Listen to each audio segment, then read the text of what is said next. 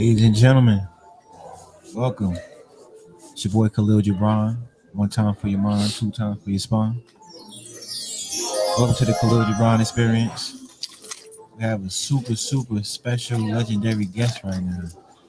Everybody that know, they know. And those who don't know, they're about to really find out. So over here, to the side of me, we got my big brother, Tom Marley, aka Ty Starley. You know it. Facts.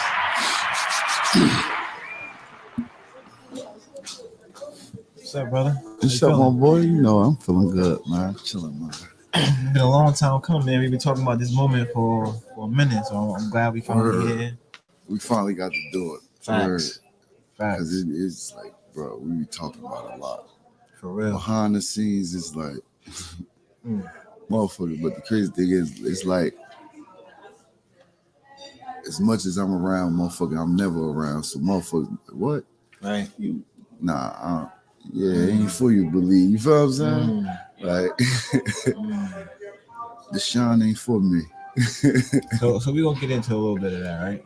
Mm-hmm. So, a lot of people don't know that my first time in the studio was with you. What was that like? That was like, what? 05? Right. 04? So, before we get into that moment, what was going on around that time that made you say, yo, I'm going to get all the little bruhs, I'm going to get them together, we going to go to the studio, and we going to bond in the studio setting. We're going to use this as a bonding experience. Like, how old were you at that time, and what was going through your mind for that to be a thing? At that time, I was about like, when I first really started taking like on a liking and or like real responsibility to y'all was when I was about like 16, 17. Cause the shit was more so like, I used to be lost. My father wasn't there, none of that. So I used to be out there, and it was like all the older ones used to guide us. And it was like, y'all ain't had that. So it was like, damn, like I be in the studio up here on the third floor all the time. Like I be like everybody rapping. Like, man, fuck that. I'm about to fuck with the kids, see what they do. Take all them one day, see what they do. And then it made it even better because that's when we got the spot in a motherfucking Bloomfield. I know that was Belleville. Once we got that spot, it's 3 floors. So now, you know, like, I'm like, I took too much advantage of it. They kicked us out.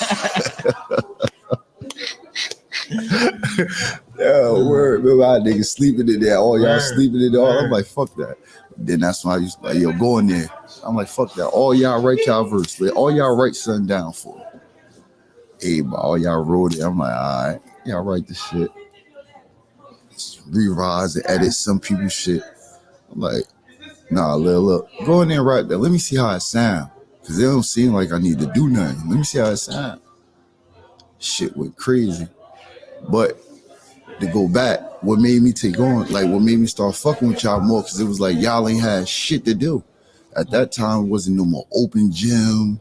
Like they was closing that shit down. So it was like, y'all used to be around us. Like we 16, 17, you know, like we moving, we, you know, you feel me? So it's like, y'all out there around us all day. Like, I'm like, nah, y'all ain't about to do what we doing. Like, fuck, we kids ourselves. So like, go ahead, get out of here.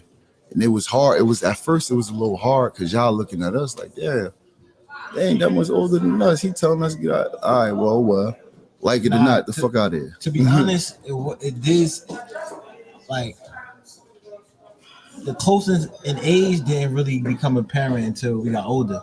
When we was young, it seemed like y'all was just word. Us. You know like, we didn't even think about y'all age. We just knew y'all was big ones. Like, it was only some of them that was like rebellious with little certain shit. But you know me, all right, you want to be rebellious? All right, take these body shots, nigga. Let's see how hard you can go, motherfucker. All right, you want to come back? All right, you want to stand up to me? Okay, come on, let's go ahead. Let's do what we do. See who wins. Right. All right, we going to see who earn control right now. If you whoop my ass, you get control. If not, you gotta listen to me. So what happened? Fuck it. And in all reality, I ain't trying to guide y'all down the wrong path. I never gave none of y'all a pack. Never gave none of y'all no work. Yo, come out here, work this corner. Yo, watch the corner, make sure police in around. I never used none of y'all for that. Never tried. Never had no intentions to. It was always, yo, get the fuck away from this. My first time going to prison was because of one of the ones that I brought into the studio. You remember? And I'm blacking on him because he got the work in his pocket. I'm like, who gave you that? What? Man, go get that shit back. Get the fuck out of here. Walk off. Act like he gave it back. He was scared to give it back. Come back. I ain't gonna say he was scared to give it back. He already took it, so it's like he committed. Like, that's one thing I could say about him, though. If he commit to something, he commit to the finish. So, like, that's one thing I could say about Lil Bro. Yeah, he sent me to prison, but at the end of the day, like, certain things I learned from him, I learned some of his strengths, and I learned some of his weaknesses. You feel what I'm saying? So we gonna get into that. We still in the intro. We don't want to get too deep in it. Gotcha. Yeah. So another thing I want to get into early is those UTS days. So when I was a kid, all I remember was, y'all promoting it. Had the flyers in the corner store. PD was going around passing out mixtapes. And so I want to know, like, what went into that creation of that mixtape? Like, how did y'all decide what song was gonna go on there, the mixtape cover, who was gonna be on what song, and how to promote it? Like, how did that whole thing come about and like happen? Honestly, I had no say so with none of the shit they was doing. Like, it was more so of my thing was music. Like, I didn't give a fuck about no project, none of that shit. I just was doing music. Like, write music, record music, write music, record music. That's it. I didn't give a fuck about putting it out or nothing. That's why to this day, motherfuckers be like, what? You been rapping for how long? No, you wasn't. That's because I wasn't doing it for fans. I was doing it for me to get shit off my chest. So, like, when it came to, like, the creation and choosing the songs with all, whatever, I ain't had nothing to do with that. Like, they did everything. It was just, I didn't care about it, though. You feel what I'm saying? Like, motherfuckers like, yo, come on, yo, we got to take pictures, da-da-da. I'd be like, all right, we got to take pictures. For what? The mixtape cover. I'm like, all right. He's calling me, yo, we got to take the pictures for mixtape cover, da-da-da. I'm outside in the hood. I'm like, all right, come on. I'm outside, a little Taliban scarf on. Like, I'm thugging, like. That Taliban scarf was legendary. Tamari looking up in the sky with it, like, shit that we seen as kids, that's forever with us. Word. You know what I mean? Everything. Like, that was just, I was just outside chilling. The motherfucker like, yo, bro, come on, you gotta take your picture for the mixtape. All right, fuck it. Y'all want it? Come on. Like, cause I didn't care about no putting out music, so it was like, y'all want to do a mixtape? All right, go ahead, do it. Right. Like, it was just more so motherfuckers coming to the studio. I got songs done. Motherfuckers like, yo, this shit hard. Like, da-da-da. All right, go ahead, take it. Like, what you mean, take it? Take me off the verse. You get on the verse, do it. Do whatever else you want with it.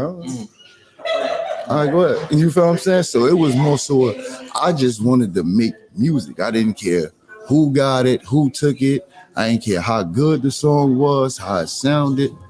It was just my expression of my music, and it was a release for me. You feel what I'm saying? So, like, they had all the creation, like him, Face, Jux, even Mike.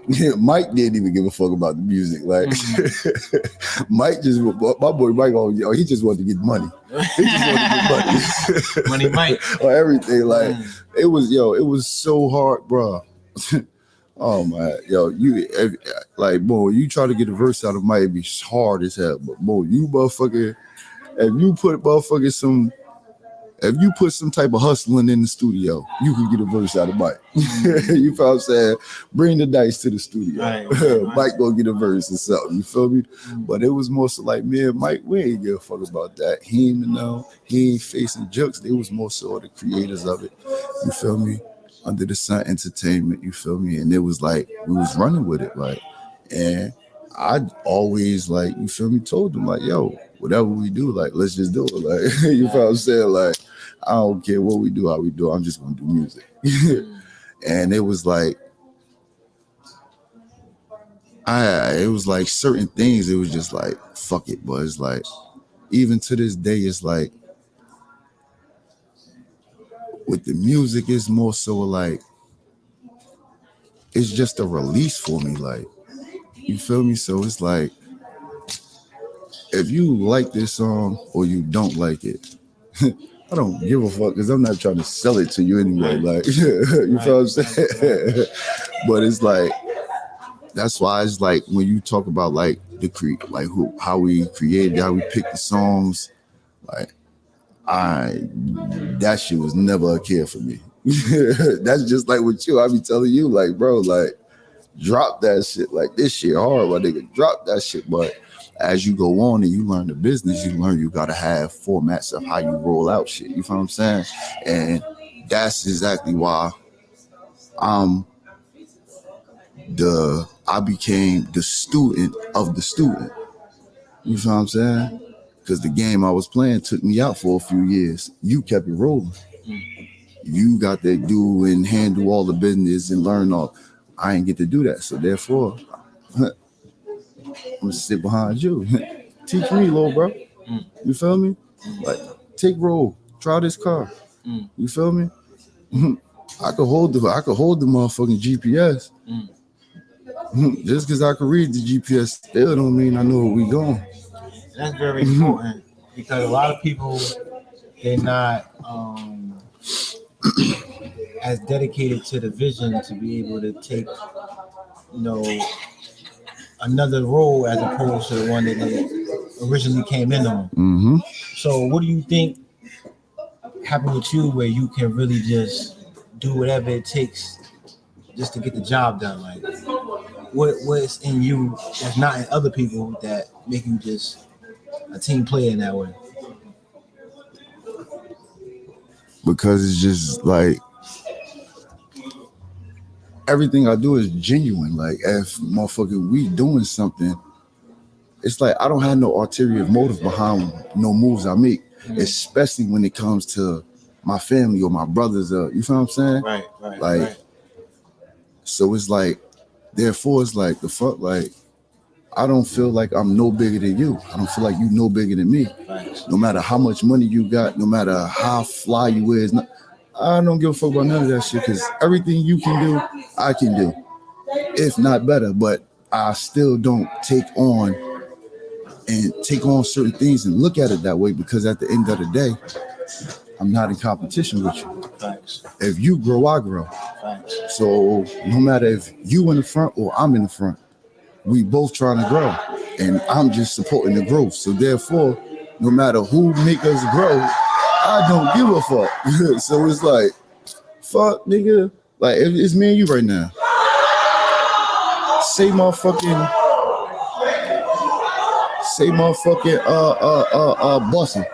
Buster come join us, whatever. And he got a bigger buzz or whatever. You think I'm just gonna be like, hey, Lil, like, you've been doing this longer than Buster? Like, yo, man, you gotta keep riding the shit. Yo, look, he got a big buzz, like, he doing this, that, little bro, like, yo, he can't drive the boat for the business, but he can drive the boat for the label. You feel what I'm saying? Because he don't know all the business side, but he know this music. So therefore, bro, look, let's hold this back right fast. Let's put this out, like, you feel what I'm saying? Because I'm never scared that nobody's going to outshine me because at the end of the day, I'm not here for the shine. Right. You feel what I'm saying? Right. Like, and then it's just like I always tell you, like, the journey would make the shit great because at the end of the day, it's like, we could fuck around and get to the destination tomorrow. Then what? Now it's like, now you got all the money you want, all this, that, and the third. What you gonna do with it? Like, you know what I'm saying? When it come fast, you don't know what to do with it. Like, so everybody want it fast and this, that, and the third, but you still don't know what to do with it. So it's like, my nigga, be patient. Like, it's like at the end of the day, Nipsey, it's a marathon. You know what I'm saying? Breath control. You ain't trying to run out of breath right now. And the way motherfuckers doing certain shit, they giving their breath away. Niggas dying left and right. All because they want to diss down the third, all because they want to get it overnight. So they want to go out and do what everybody else doing. Mm-hmm. And guess what? Soon as it come fast, shit go. A lot of niggas that get that viral success don't last. Facts. So it's like, motherfuckers be, oh yeah, why Lil ain't get a deal? Why Lil? He had plenty of deals on the table. Wasn't right. So it's like, why the fuck I'm just going to jump out the window? Like, because y'all want me to have a major deal. And I feel like when people be saying that, they be wanting to like live the rapper lifestyle through me. And it's like, no. No. Like, y'all niggas not sharing none of the pain that I'm going with, but want to get all the successes that come with this shit. It's like, nah, it's like it's way more that go into this shit than what y'all seeing and what y'all think is it. You know what I'm Exactly. saying? That's like 10% of what's the full picture of shit. And that's the whole thing, is like everybody rush for you. Word. Like if I'm not in a rush, why you in a rush? Word. Why you can't just support what I'm doing? Like, whether it's just because my success is not working to roll over for you right now to give you the light how you want it, you don't want to be around me. Or you don't want to support it. But it's like, for instance, how Sammy Mack was, Fat Baby. Came home, mean wave, everybody behind him, all that. He get hit with real life. And when he go back to pick it back up, the same support ain't there. Why? Because he ain't get the repost from Lucci right now. He ain't getting the repost from Casanova right now. And as you look at it, like a lot of motherfuckers that was reaching out to him is locked up now. And why? Because they felt his pain. They felt his struggle. You feel me? And it's like, motherfuckers will support you when you up, but when you down, ain't nobody around. And it's like, now when the nigga work and get his shit back up, y'all motherfuckers gonna come back around and act like they been around. Nah, you wasn't there for my struggle. Like, I don't, Yes, sir. I don't really try to slight nobody or try to like none of that. But it's like, I ain't even gonna mention no names, but it's like this. Fat Baby had a close friend, helping him out, doing this, that, and the third, whatever. That friend came up, see another person doing a little bit better than Fed, start fucking with them. Jump shit. Because they shit look bigger than Feds. They shit sink. What happened? Try to spin back around and come back to Fed. It's all about how you reciprocate the double back. You feel what I'm saying? So I wanna stop right here, and I wanna ask you, right?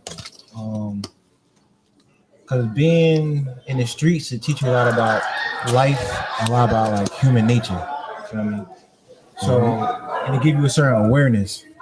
So I want to know, when did you like really take that dive into the streets and really start learning things on your own and start learning about people and being able to read people and like getting those type of skills? It was honestly I was about, let's say,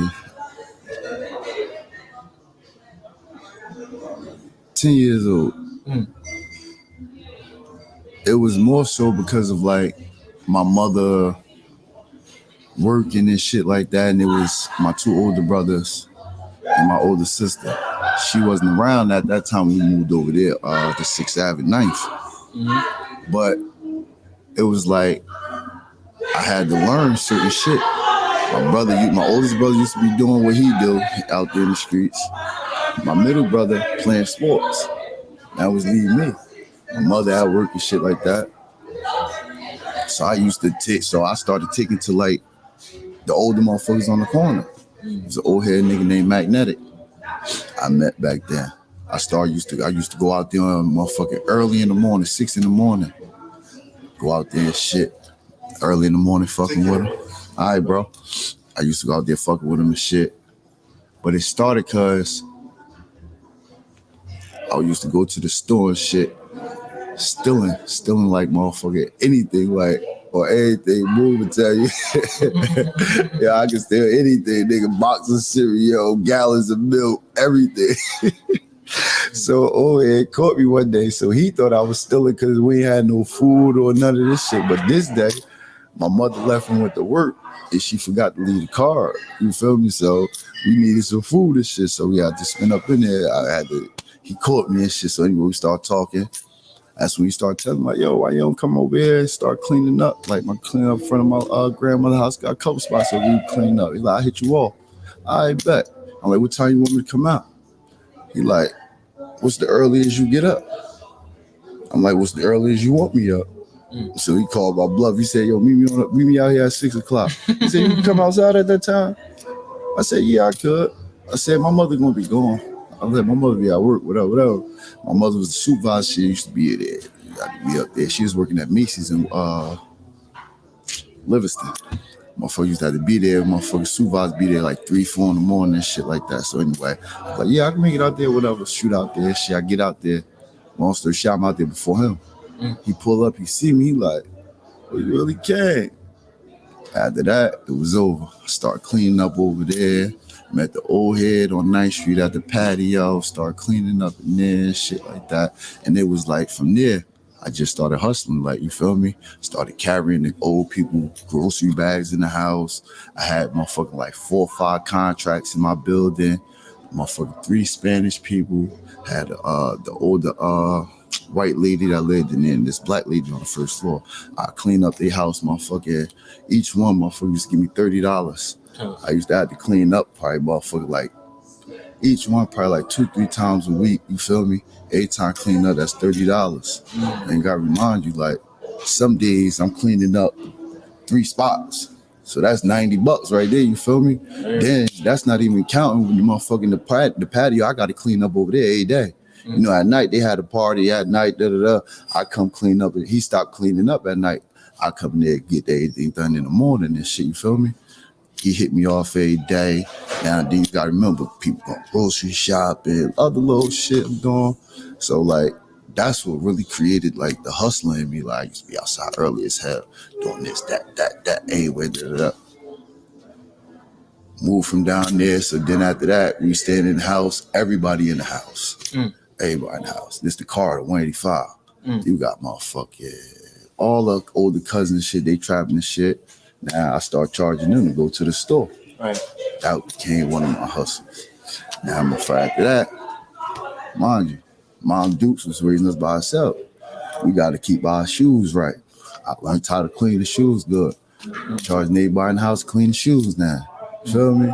So it was like I always had a little hustle, and then probably about like, I see like 13, 14, motherfucker, that's when we learned about the E-pills. And we started fucking with them.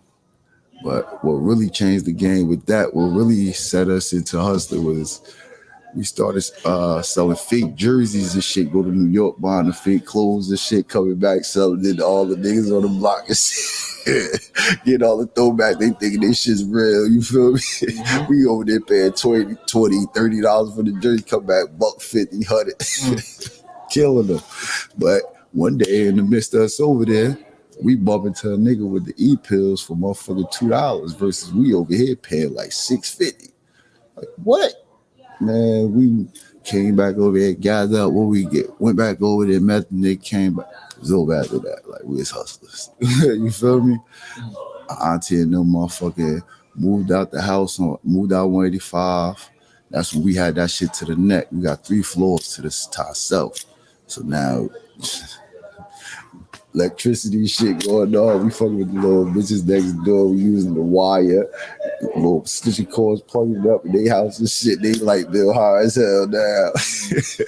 So we were surviving. Like, that's how it all came out with us. Like, and it was just like ever since then, everybody 185, like, hey man, you feel me? That's how everything really started with like the hustler nature of all of us though. Right. The main hustle out of us all though back then was Chick. Yeah. That's a good segue to my next little question. So, you know, from all our knowledge, you know, it's a certain group that's from y'all era. It's you, it's Chi, it's Smack, Mike, Bills, Buck, Tim, Remy, and a few more. So like, how did that group like start? Like as kids, like how was that growing up and transitioning into, you know, growing up as men? Now, me and Bull, we grew up on Prince Street. We was born and raised on Prince Street between Clark West Kennedy and Willa T. Wright. So 9-6, we moved over there to 6th Ave. We moved over there to 6th Ave and 9th. Spot, huh? Hell yeah. Hell yeah. We moved over there to 6th Ave and 9th. So after we moved there, probably about, I say like 4 to 6 months later, Smack and them moved down the street to 112. And we met them. Now, we started, when they first came around it, now moved us got a little couple months lead over there. So we already got the friends, shit, niggas chilling, da. So now they come. You keep walking past there. We started motherfucking fucking with them, like trying to fight them and shit. Oh, we don't know these niggas. Where the fuck y'all come from? Start fucking with them and shit. So motherfucking, they used to come down. We used to deep as hell. We used to chase their ass to the house. So it was this one little nigga named Al. We're Al Wow. So motherfucker, he used to be tough as hell. He come out there, da. So motherfucker, one day, motherfucker, I popped him. Boop. Whatever and shit. Now we send him down the street, make him leave. So one day, motherfucker, we like them niggas we chasing them. They just stop running like, yo, look, we don't even know y'all. We don't got no problems with y'all. Like, what's up? We gonna fight or we gonna be friends? Da. Ever since then, we was friends. Fuck friends. We family. You feel me? Like, been locked in ever since then. So like, that's how we came together. And then Remy, we met him in Horton. The crazy part, our first day in Horton, no, we was there for like a year. My 4th grade year. Motherfucker, we come to school. That's when Remy and his little brother Mill came, Lil Rim came. Lil Rim come in the playground talking something. I ain't come to school to learn. I came to school to fight. And Lil Rim said? Yeah. Mind you, he go up the hood saying this shit. Hood low as hell, so he don't need no hood older than him, like he think Hood his age or younger, like he's saying that shit. Da. Man, Hood whooped his ass. He zeroed. Word after that, that's how niggas met Remy and shit. Remy like, yo, school. No, school. I forgot what he said back then, but he was saying something fast ass talking, motherfucker. Like, and then he got the name because motherfucker. He come in one day, motherfucker. I don't know what the fuck he did at home. He was in there playing with the Clippers and shit. Nigga, next thing you know, nigga had the shit and shit bald. Nigga came there looking like Remy from Higher Learning. That's where his name came from. Shit stuck with him since like 3rd, 4th grade. Word, that shit came from Higher Learning. Yo. Word. On everything. Like, Rem been around forever. Oh, Dot motherfucker been around since like, I'll say 9, 8, 9, 9. Motherfucker, we started off motherfucking tripping on Dot too. That's when Dot used to come around with these motherfucking fishnet tank tops. I got him down for that too. I don't even question that. Nigga had every color. G on this shit. Man, fuck G on it on his Haitian shit. Fuck, they like a Jamaican father. Yeah. Nigga coming out, we outside playing. He got his nipples out. Oh my goodness. They got a fishnet tank top on his. That's different. Word, so that seems to be funny as hell. Like, word. So, Dot always been some funny nigga, man. So how you meet Face? Face came around, let me see. We met Face through him and them, through our older cousins and them. He came around with them and shit. I wanna say, oh no, yeah. Face came around at 112. Face was around at 112. Face was around at like 9-7, 9. Yeah, like 9-7 we met Face. He was around. Yep, cause that's 9-7, cause I remember one year he out there playing with smacking them older cousin Keisha and shit. He laid in front of the car, and shit, whatever, playing like, oh, you ran me over. He stayed down there so long, she forget he down there. She pulls off and runs over his back. Boom, boom. She backed up over his shit too. Boom, boom. I was like, oh, Face right there. No. She ran over. Boom, boom. She like, what? She like, what the fuck was that? She backed up over. Boom, boom. Or anything. Nigga had that shirt for years. Had the tire marks on it. Oh, man. Damn. Cuz might be mad at me for this, but motherfucker. How the shirt got fucked up. We all used to be playing wrestling and shit. Whatever. We playing wrestling and shit. We kids, dog. We probably about like at this time, we probably like 11, 12. Niggas playing wrestling. This in 185 in the Carter before it became the Carter. So we wrestling and shit. So motherfucking Face had Mike or something. So Mike like kicked Face. When Mike kicked that face.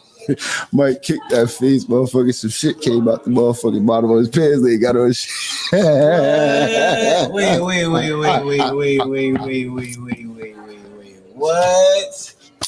What? Take it back to the kick. What? You said Mike did what? Nah, he might see this. Mike go on Mike might want to shoot me. Mike might shoot. Yeah, I want to talk. Yeah, I apologize, Mike. I apologize. I let you guys out. And that's exclusive right here. Right. All right, yeah. Man. Yeah, I love you, Mike.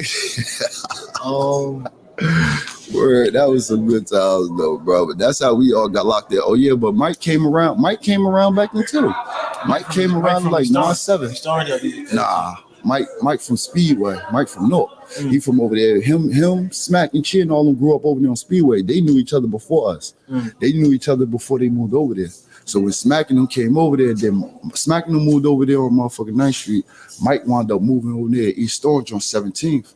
That's how it became that they like, oh, Mike from EO, and you feel me? Because most of his older childhood was in EO. You feel what I'm saying? But he originally from North. Like he ain't from EO. He from North. You feel me? But so anyway, motherfucker, yeah, Mike came around back then and shit. And Mike, yo, that's like Mike is like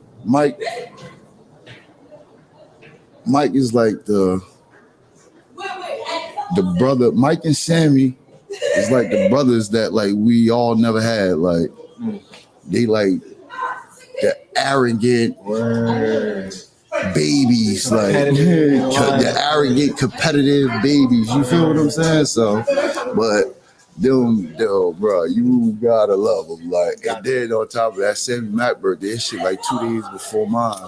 Me, him, and Bills, we all Aquariuses and shit. You feel me? But hell yeah, like, yo, Mike is like one of the ones that motherfucker we be go at it, but like is undeniable. I love the shit out of my brother. Like, you feel what I'm saying? Like, we was just all in the car the other day and shit. We chopped it up. It's like, hey, Tom, remember when it was little, you popped me, you snuck me, you punched me in my mouth? And I was like, tastes like chicken. And I'm like, yo, I remember. I'm like, but you probably did do that shit. Smack was like, Todd, like, yo, I don't remember a lot of shit, but son, I remember that one. That time you had with some Kai. I said, damn, Smack, yeah, I told you had the verse right there on that one. I wish I could find a rap track on this shit, yo. Like, damn, like, think you had to agree with that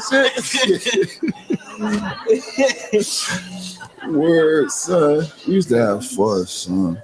And we used to be, yo, the other day, son, with no bullshit, son. It was me, Smack, Mike, and Chomp, yo.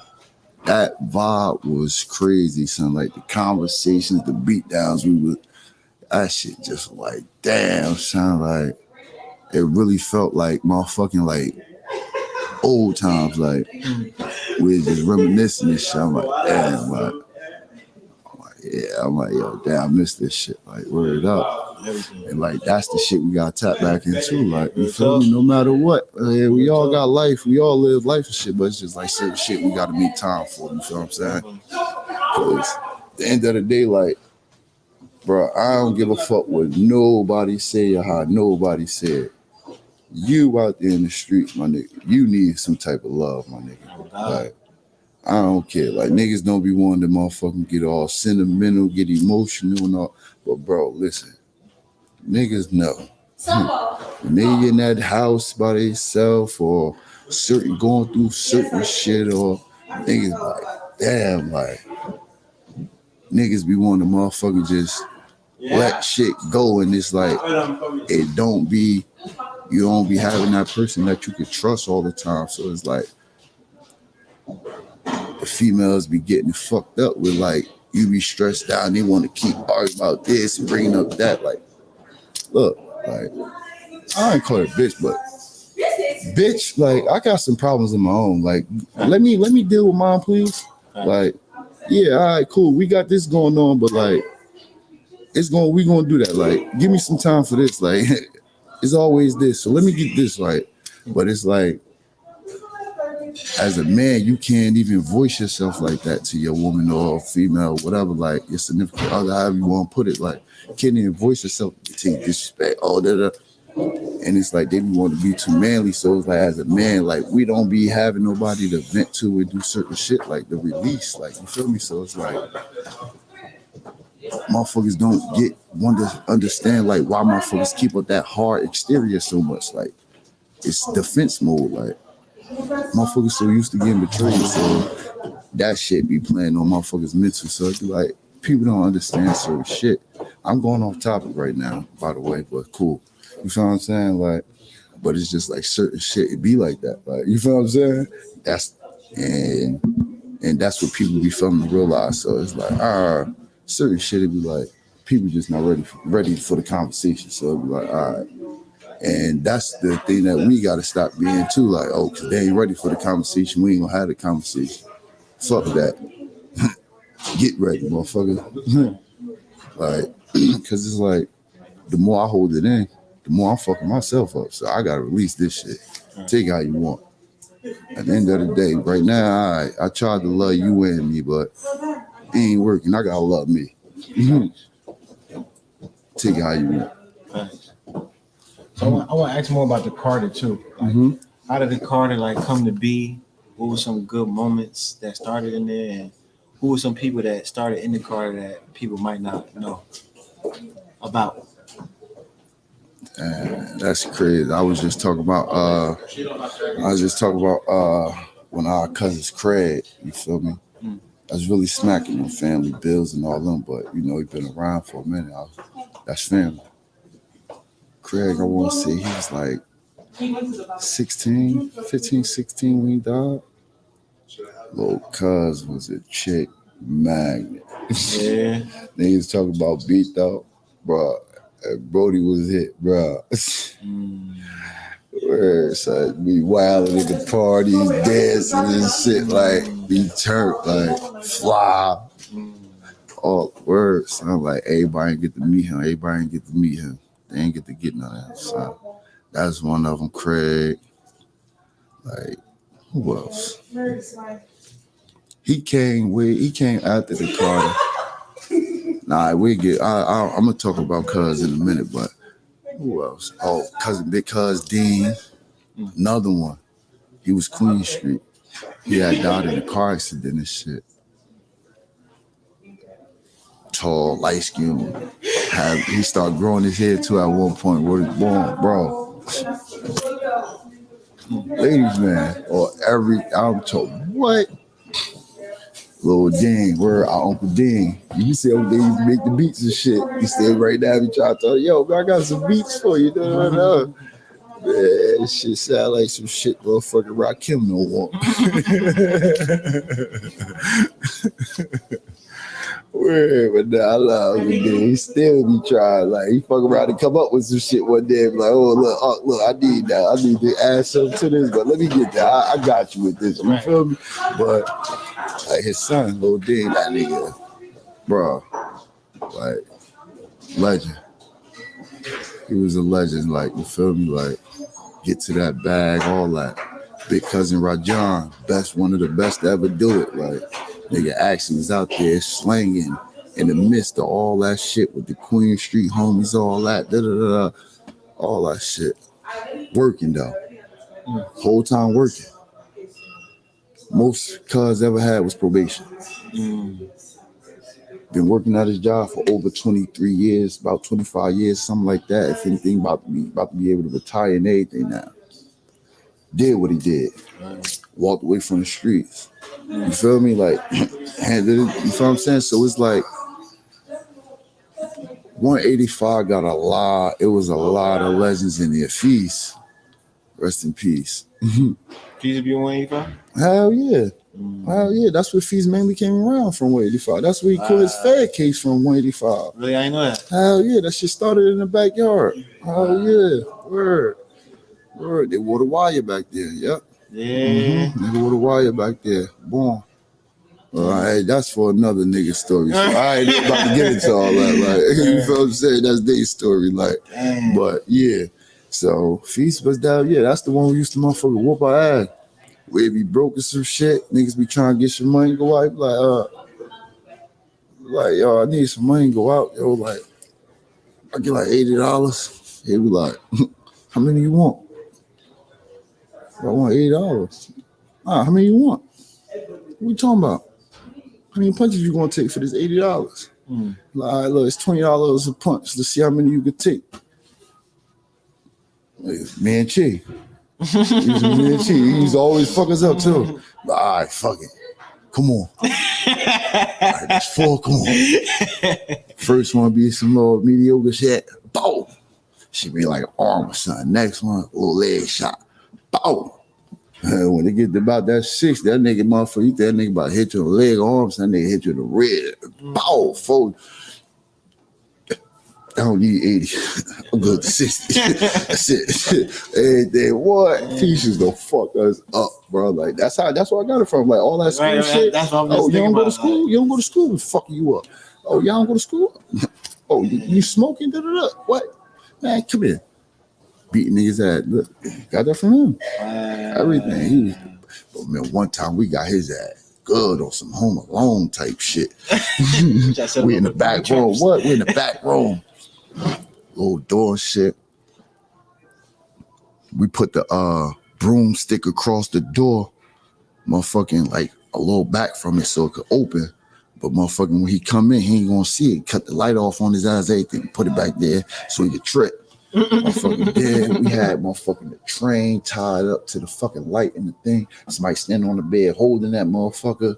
Motherfucking nigga. It was a couple of us in the corners with shoes. So as soon as he come in, he's gonna hit him. Nigga, he gonna trip. When he tripped, motherfucker, Chi was playing Chi was supposed to motherfucker see something to him so he could come after Chi on the bed. Chi hit him with the train. When he started going after Chi, we started fucking him up with the shoes. Everything came on. Everything went down. We got it. We getting him. Man, I don't know what happened. He started whooping our ass.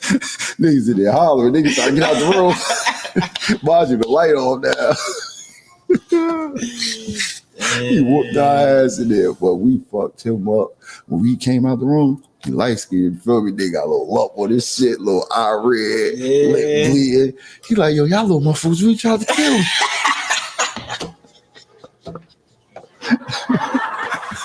Yo, that shit, yo, 185 used to be a movie, bro. Word, but one time, motherfucker, one time, I'm trying to get some ass, Smack trying to get some ass, everybody in the house. So motherfucking Smack got the middle room. I'm like, man, Smack, bro, man, you might have him use the room with you, bro. Like, he's like, I don't give a fuck. I stole cheap bat out his room, put it on the floor. This in the room, Smack on the bed. I'm on the floor and everything. We start getting busy. I'm on the floor, Smack. I just feel somebody kicking me. I'm like, he like, look. He got ass. That shit was fat. I was like, yeah, this nigga funny as hell. So I want to ask you about Chad B, because everybody knows Chad B, you know, group on 4-5, his brothers and sisters and all that stuff. Mm-hmm. And now he don't really be around as much. Mm-hmm. So like, I want to know what that process was like in his like origin story. See, Chad came up with us or whatever, but then he wound up motherfucking like going to university. Mm-hmm. He started going to university, and he is tough in ball. So you know, ball players shit, older people be taking likings and shit to him and this, that, third. So like our older cousins, him and them, they start fucking with Chad B. So they brought him around, start rapping and shit. He came back around and started rapping with him and them. Motherfucker, he is rapping with him and them and shit under NGM. And he's rapping with NGM and shit like that, whatever. And he wound up doing some slightly bullshit. You feel me? It wasn't no crazy shit where, oh, nigga want to kill him. You know what I'm saying? And he had stopped coming around. And in the midst of that, he started doing better with his music. You feel what I'm saying? Doing a little shit, da-da-da.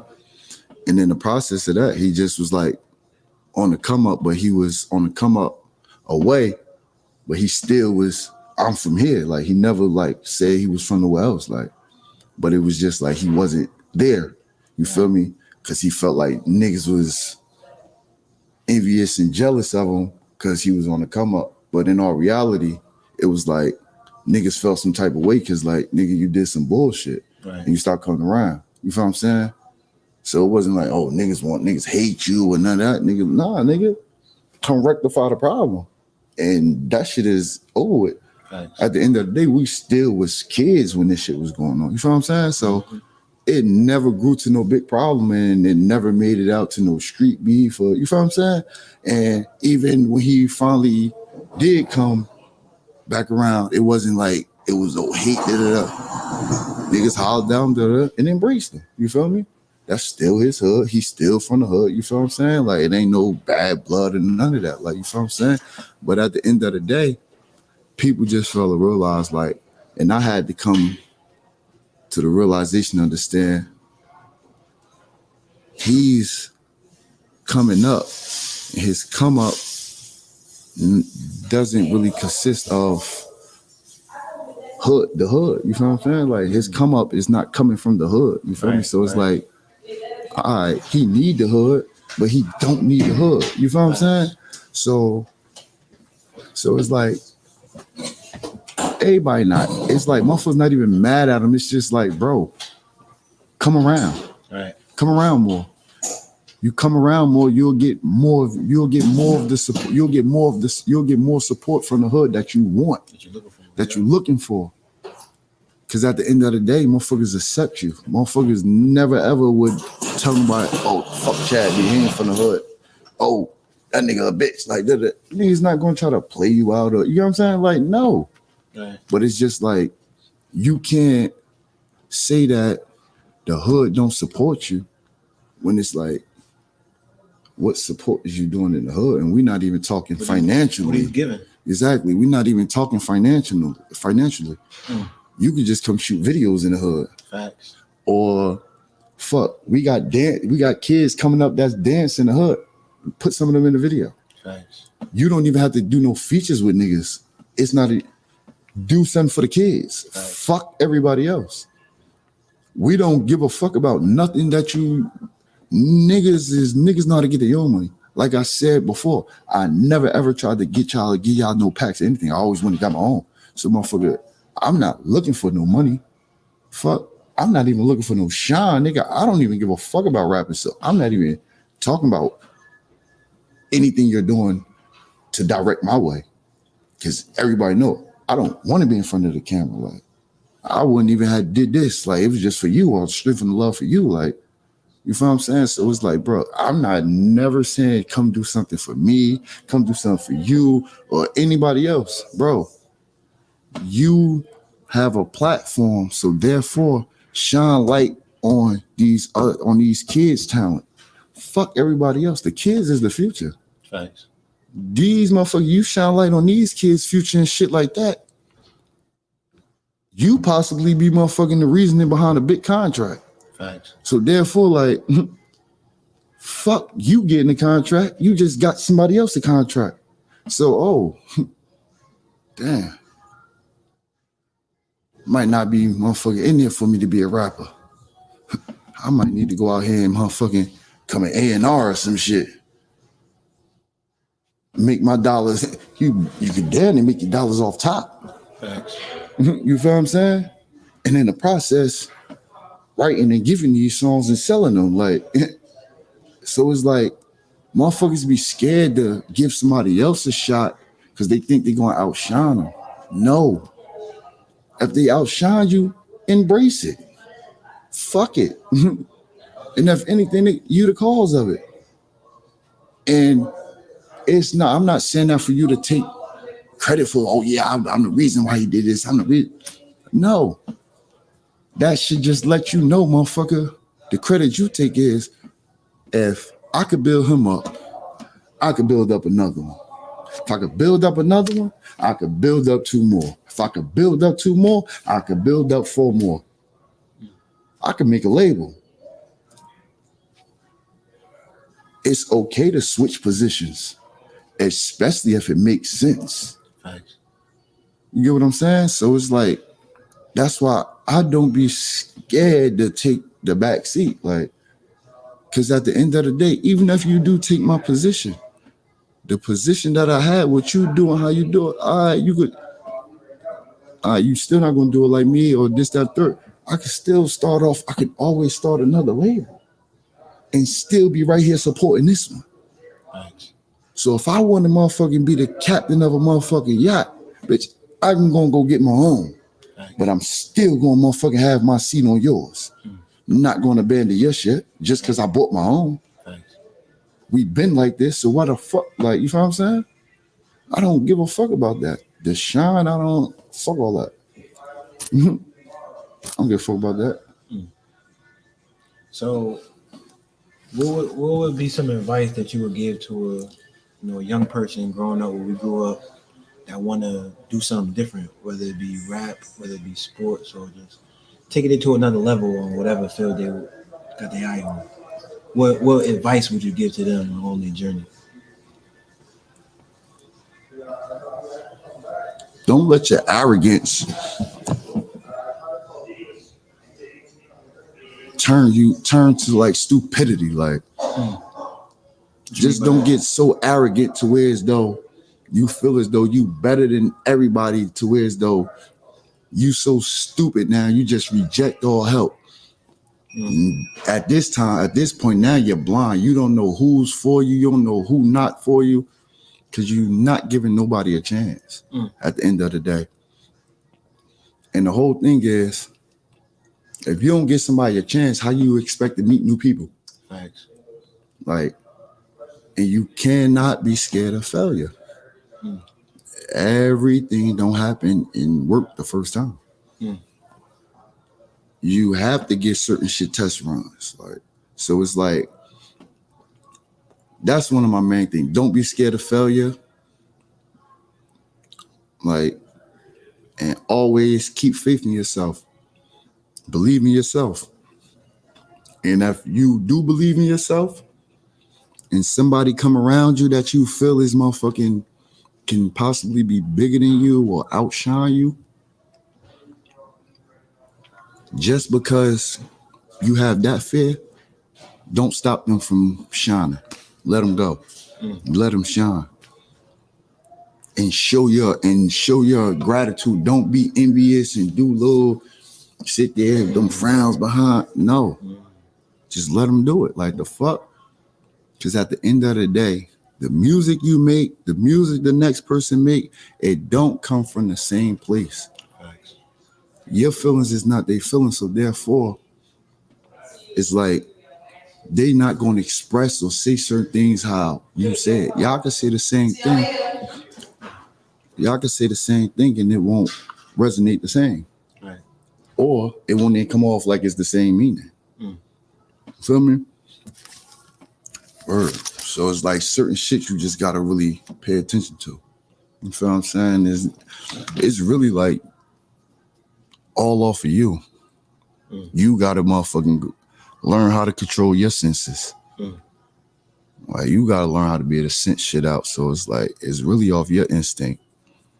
Right. You feel me? So it's like too much I really could say or try to give people like, oh, do this and do that. Cause it's like, No, that was great advice. That was great advice. So a question that I want to ask all my guests is that, us being humans on Earth, we all have one thing in common, and the fact that is we all gonna pass on one day. And a lot of people don't really like to think about, I guess life after death or just that process.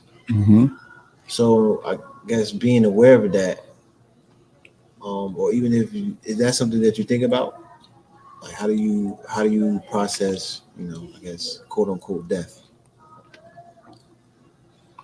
it's crazy because it's like me personally, I just be on some shit like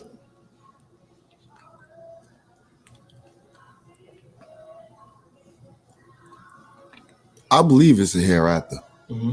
I believe it's something after this. But it's like how I look at it is I'll be like, damn, like fuck, like wake up in the morning some days and be like, am I dead already? Like when you die, like what happened? Like is it like everything just keep going on regular for you?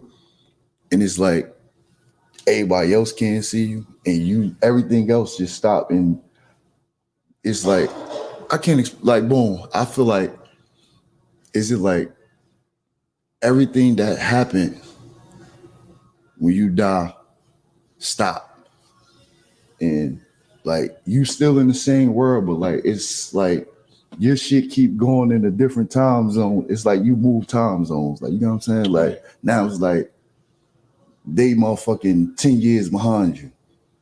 You get what I'm saying? Like I just be thinking like, damn, am I dead yet? Like I probably dead. This shit don't even know. Like motherfucker, this shit just still going. Like motherfuckers, I'm just out the picture. That's something that I think about. Like, how do you know you dead? Like, is it like motherfuckers just they know you dead and you don't know you dead?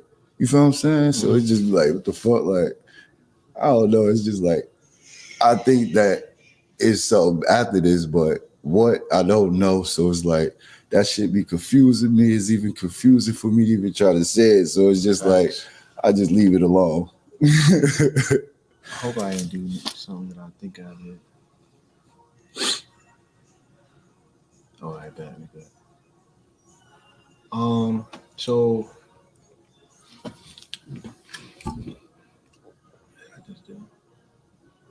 so 200 years from now, right? When somebody finds this video or find whatever other things we may do, what do you want them to know Top for? Like, what do you want to symbolize to people 200 years from now that they're not aware to see the environment we living in or whatever? What do you want them to know? What do you want to leave behind to them? The main thing I want to leave behind is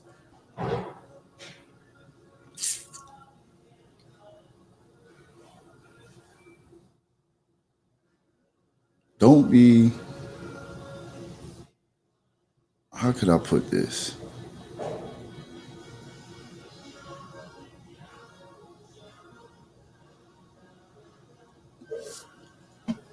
Learn how to lead, but don't be scared to follow. Mm. Mm. Mm. You feel what I'm saying? Yes, that's heavy. That's a very great point right there. That's a very great point. Because it's like you got to know who to follow. Mm. You got to know who need to be led. You feel me? So it's like, really is stay aware and pay attention. You feel me? Mm. And take everything for what it is, not for what you want it to be. Right. Don't make excuses for nobody. Mm. You can't make an excuse for somebody else. Like, how could you make an excuse for this motherfucker when you not even in their brain? All right, they just motherfucking moved this motherfucking went over there to a guest table and took their chair and brought it over here. Oh nah, he thought wasn't nobody over. He thought wasn't nobody occupying it. But in that motherfucker mind, he watched the person get up and go to the fuck that. They ain't there right now. Let me go get that shit. They take it. But you making up an excuse when this motherfucker intentions was to steal a chair, but now you know what I'm saying? So it's like, don't make up no excuses for nobody. Like, and I say that to say, motherfucker, take shit for what it is, not what you want it to be. Mm. All right, and that's my whole thing. Like, because motherfuckers tell you something straight to your face, and you know the meaning of it, but you will still, nah, he ain't mean it like that. Mm. You feel what I'm saying? All because this somebody that you don't want them to mean this like that. Mm. Nah. Take shit for what it is. Right.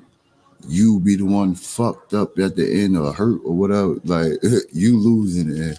Right. So if somebody tell you something, take that shit for what it is. Like, fuck that. Make sure you take note of that. That's some great advice. So, do you see yourself having children? Yeah. I ain't in a rush. And how do you see yourself coming into like fatherhood and that what that lifestyle is like? Because we all, we have close friends that have children, and they always tell us it's like never the same after they have children. That's easy. I know what it's like. I'm stepfather of the year, you heard? Stepfather of the year, motherfucking 3/4 situations, like, so I know what it's like. So how was that being a step parent? Because me, I was very resistant to my step parents growing up. I was very, very resistant. I even fought my mother's boyfriend. So it's like, how was that for you? It's the approach. I learned that it's the approach.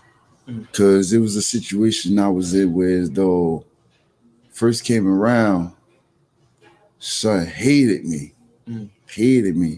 do little shit, like try to like, and then when you got a kid that motherfucking hates you so much, and then their father's still around, you got to be careful of that, because now it's like you walking on eggshells, because it's like, yo, damn, like, I don't really want to start no problems with her. Like, her son being a little asshole. You feel what I'm saying? And I don't really want to say too much to him, because he say something to his father say something to me. I'm going to do it like this. She's in the middle of it. Right. Now she's like, she's got to choose me over her son, because I'm living in here, because now I'm beef with his father, her son taking his father's side, and you feel what I'm saying? So now it's like, at this point, you got to figure out what's worth it in this situation. Do you feel like do you feel like you're going to be around long enough to accept the little disrespect enough to where as though you could find your opening and make it right? Or you just going to be hitting this shit and dipping?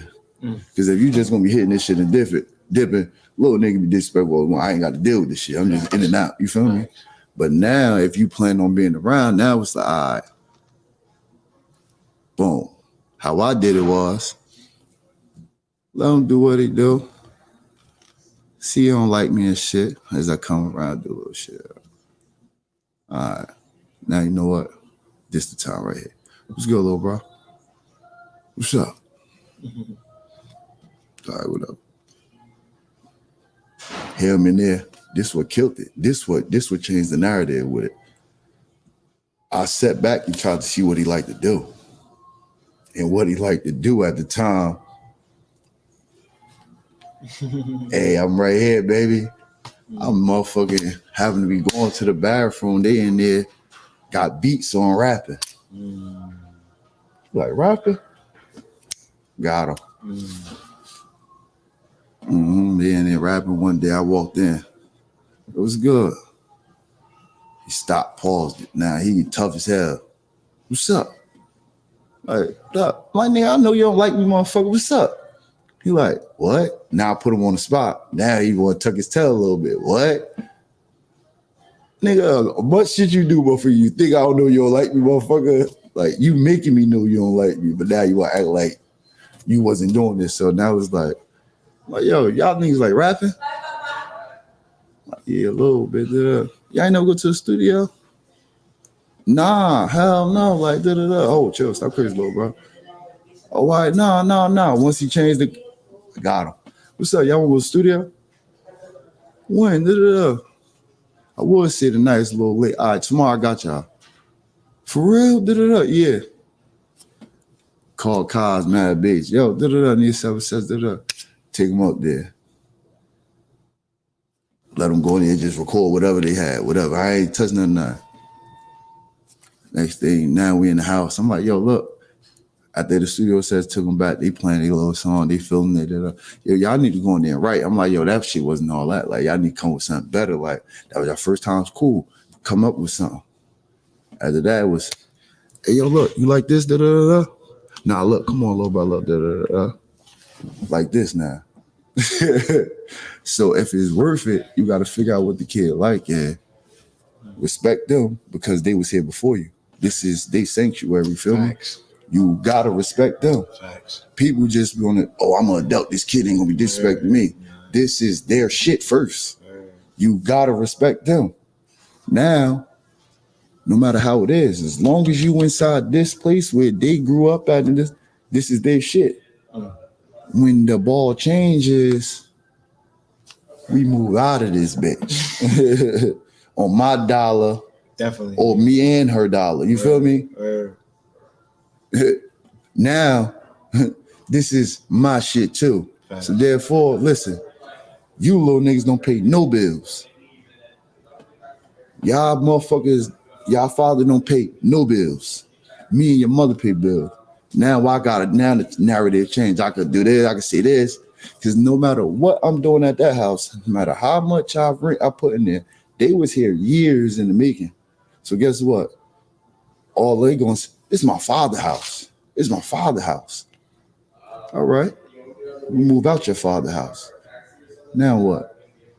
This is my mother's house. No, nigga. This me and your mother's house. You feel me? So now it's like you gotta do certain things. You gotta earn their respect at the end of the day. Like, bro, I done went through some shit, like dealing with shit, like, you feel me? Like, I do this, I'm here for that, I'm over here, over there. But at the end of the day, it's like, me personally, when I get attached to a kid, I just go, like, and it don't take much for me to get attached to a kid, you feel me? I don't have none, I love them, like, you feel me? I always felt like kids deserve everything. You feel what I'm saying? That's why, like, when you say, like, yo, you have a kid, how you think you're gonna be as a father? I tell you one thing, I'm gonna be motherfucking, I'm gonna be on their ass. Like, you feel? I'm gonna be chastising them. You feel me? they gonna have shit to answer to.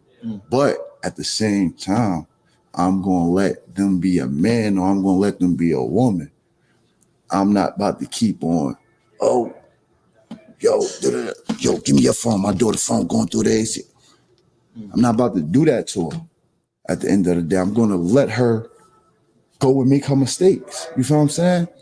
Do I want my daughter to be a hoe? No, I don't. If she go out there having low experiences and shit that I don't know and I find out, I'm going to deal with her accordingly. But at the end of the day, her fucking me whooping her ass is not going to stop her from fucking. Because that feeling that she got, if that little motherfucker made her nut, that ass whooping is not going to compare to that nut. So she's going to continue to go get that nut.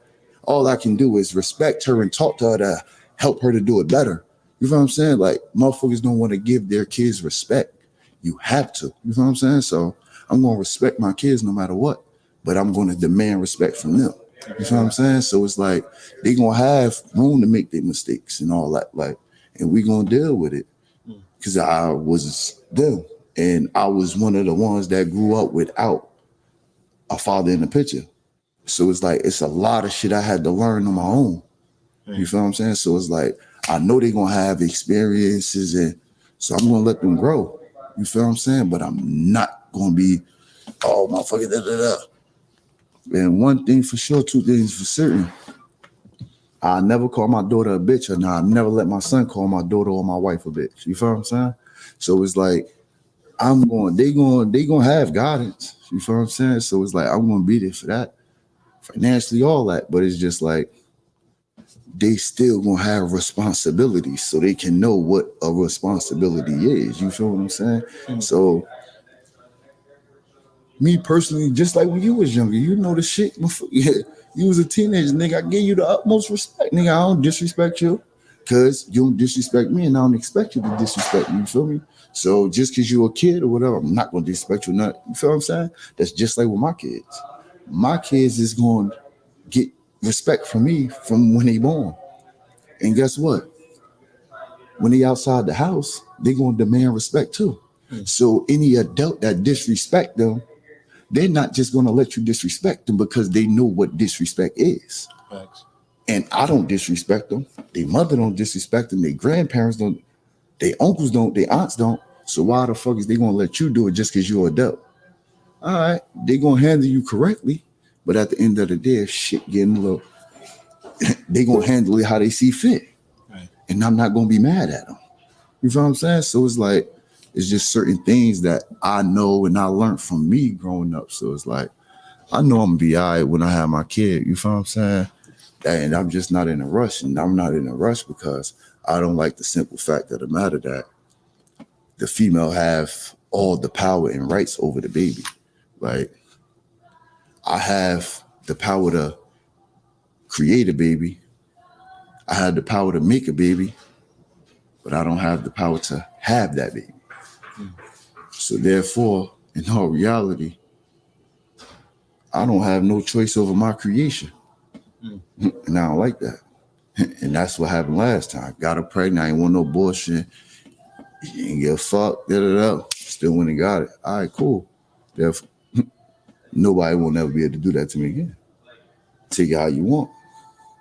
You know what I'm saying? Like, even if I start fucking with a chick, da, da, da, wind up, if I hit them raw, whatever, that wind up, nothing up in, da, da, da. Like, I say, yeah, it's a possibility, but if like nothing don't happen, don't be too many of those instances like that with me. You feel what I'm saying? Because I don't try to give them that power. It's over. Right. You feel what I'm saying? Like, oh, don't treat you can't blame another woman for what another chick did to you. Da, da, da. You're right. I'm not blaming you. I'm not accusing you of it. But guess what? I'm not gonna give you that advantage over me. Right. That shit fucked me up for a minute. I know how I felt. I know what it made me do. I know what time I got on after it. So why would I give somebody else that much power over me? You feel what I'm saying? When I know how much I feel about a kid, I know how much I want one. Now while motherfucking got the opportunity, it's right there, and you just snatch it away from me. Hell no. I ain't giving you that opportunity no more. So I'd rather just pay a surrogate. For, oh, bro, a kid need their mother, da, da, da. How many little kids grew up with their mother and not their father? So why can't a kid grow up with their father and not their mother? Like, in all reality, the mother is what bring out the emotional, the feminine side. You feel me? So let me ask you The this: cherishing side, like how the you feel? nurturing side. How you feel your upbringing would have been different if you grew up with only your dad and not your mom? I feel as though I would have had. Well, I'll say this: it depends on the dad, because you can have a dad that's raising the motherfucking kid by herself, but he's a deadbeat. You can have a mother that's raising the kid by themselves and they're deadbeat. But you can have a mother that's raising their son or their daughter and they doing the best in the world, like teaching them, molding them how to be a man and everything. You feel me? Then you have a father that do the same thing. Now, if you got a father that's motherfucking got good morals and principles, and you feel what I'm saying, and like he teaching you right from wrong and really guiding you. You feel me? Like really being active in your life.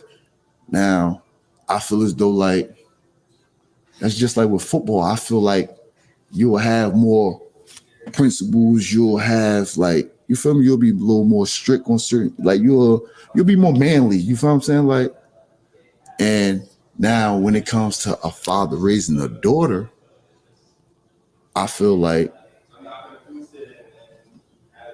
why can't a father raise the daughter when you got aunties, grandma? You feel me? So they gonna get that motherfucking. They gonna get that little. They could get the little soft, tender love and everything like that or whatever, whatever. But it's still like the shit that a man can teach another a little boy or little girl is different than what a mother can teach them. No matter what, the kid is always going to be missing something if they have a single household parent. You feel what I'm saying?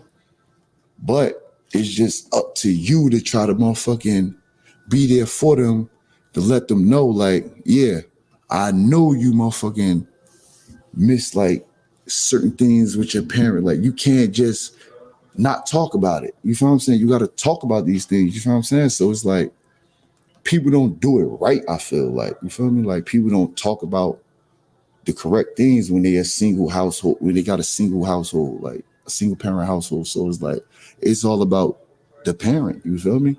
Because other than that, because this mothers that motherfucking out there, single parent household, with motherfucking she's busting her ass. Kid got all the latest drip and this, down the third, but she's never around, never there with no time with him.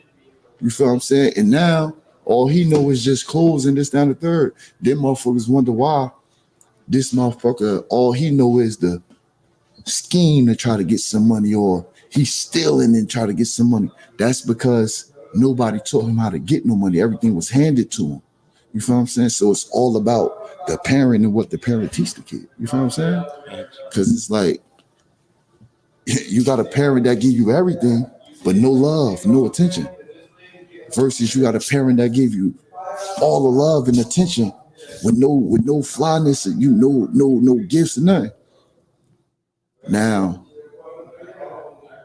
some kids be able to accept it and be cool with the jippies, the little, you feel me, little non-name brands and all that, because their parents taught them that and they got them to see the end goal. You feel what I'm saying? So it's like, all right, they understand why they wearing this and that. So they cool with it. Fuck everybody, this, that, and the third.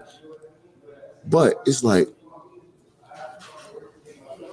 how many kids really could motherfucking not have pride and not get mad when their friends hiking on what they got on and shit? You feel what I'm saying? It's hard to get a kid that does that. You feel me? That accepts that. You feel me? So it's like, you feel me? It's all about the parent, the upbringing, the morals, the principles and shit that you instill in them. You feel me? And the time and the attention and the love you put in and you dish out. You feel what I'm saying? Right. That's all I really like. That's what it really be like. Cause it's like, no, it's always like something's lacking when it's just one always parent. You feel me? So it's like, even when it's both sometimes. Exactly. Even when it's both. Right. Because when they beefing motherfucking, it's like they don't even pay attention to what's going on with the kids or anything. They so much caught up in the arguing. Fuck, sometimes they forget.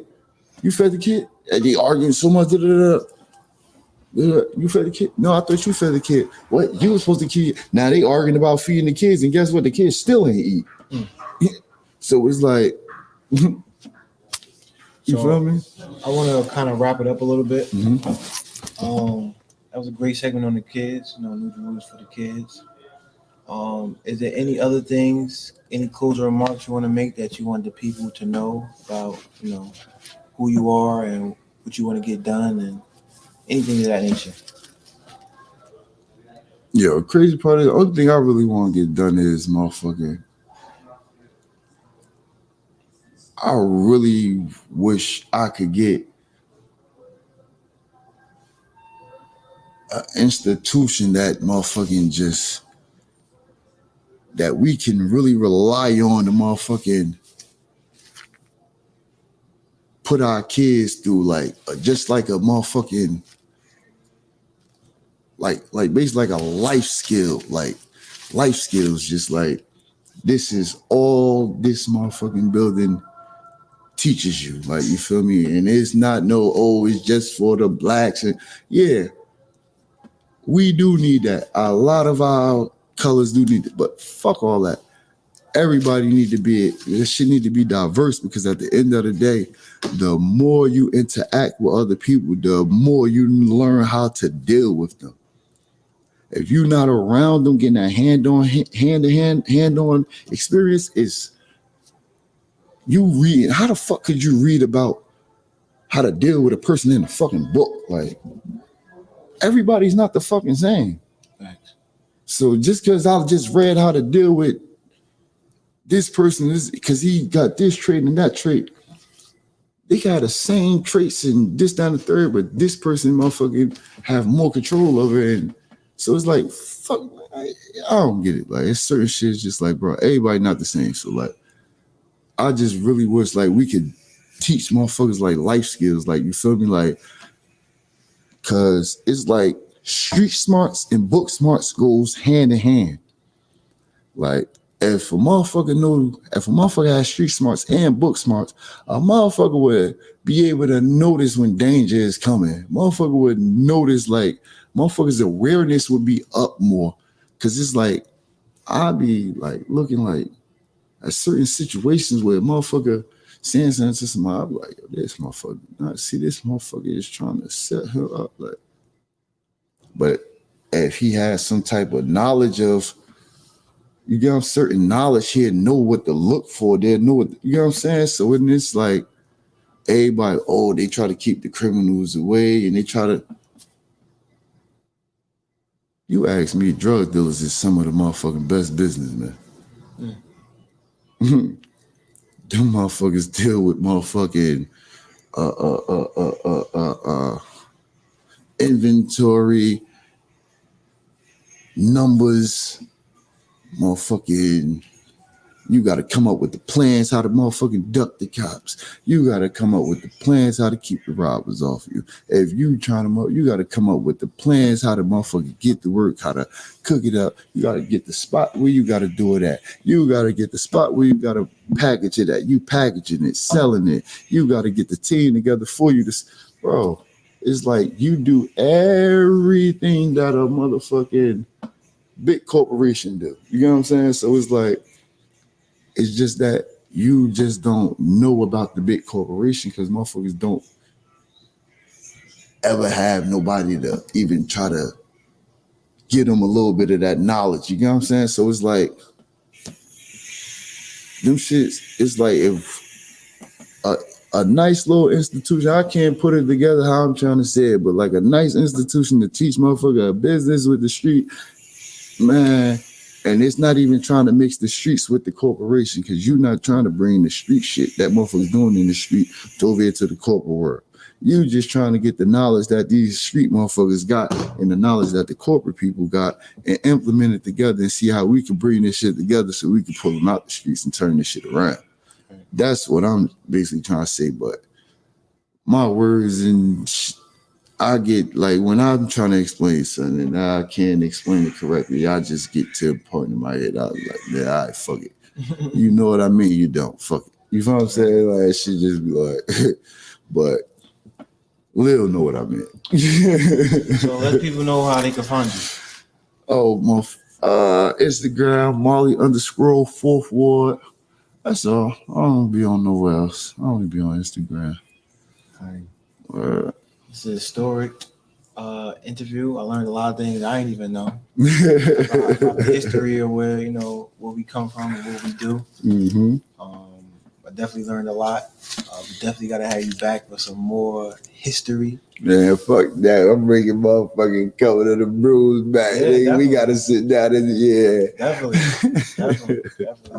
They can motherfucking take me down that alley, for real. So it was definitely a formative episode. Khalil Jibran, 1 time for your mind, 2 times for your spine. Khalil Jibran Experience, episode 2. In the books, you know what I'm saying? Shout out to the city of Newark. Shout out to my man Valentino at Trip. You know what I'm saying? If you know, you know. We here, baby. Peace out, baby.